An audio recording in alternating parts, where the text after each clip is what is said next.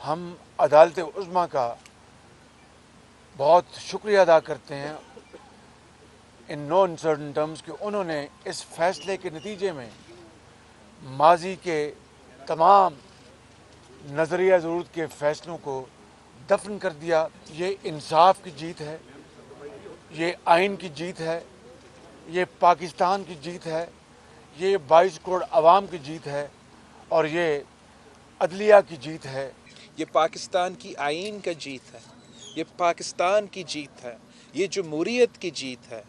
اپنی نظام انصاف اور عدالتوں پر ہمارا اعتماد اور یقین بڑھایا ہے۔ یہ ایک تاریخی فیصلہ تھا جس نے پاکستان کی جمہوریت کو، عدالت نے آج ایک تاریخی فیصلے کے ذریعے ہمیشہ کے لیے نظری ضرورت کو دفن کر دیا اور عدالتی فیصلے سے آج جمہوریت مزید مضبوط ہوئی ہے اور پاکستان میں آئین کی حکمرانی کے لیے راہ ہموار ہوئی ہے۔ میں سب سے پہلے تو سب کو مبارکباد پیش کرتا ہوں۔ آج جو تاریخی فیصلہ آیا ہے سپریم کورٹ کی طرف سے، سپریم کورٹ نے آئین کو اس کا حق واپس دلایا ہے۔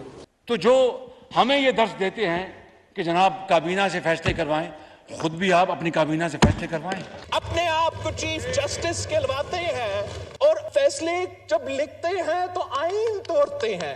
ون مین ون ووٹ، ون جو ڈکٹیٹوریل اپروچ ہوتا ہے۔ چیف جسٹس کی مرضی قانون کیا ہے، چیف جسٹس کی مرضی آئین کا کیا ہے، یہ روایت ہم توڑنے جا رہے ہیں۔ یہ رویوں کا مسئلہ ہے کہ ہر دفعہ کیا وجہ ہے کہ پورے سپریم کورٹ میں صرف 3 معزز جج صاحبان کو ہی بار بار بٹھا کے فیصلے جاری کیے گئے۔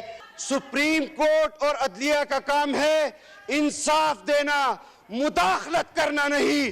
اس ملک میں جو ترازو ہے اس کے 2 پلڑے برابر نہیں ہیں۔ پہلے ان کے ساتھ وہ اسٹیبلشمنٹ کے کردار تھے جو اب جا چکے ہیں، تو اب انہوں نے جوڈیشل اسٹیبلشمنٹ ڈھونڈ لی ہے جس کے اوپر یہ تکیہ کر کے بیٹھے ہوئے ہیں۔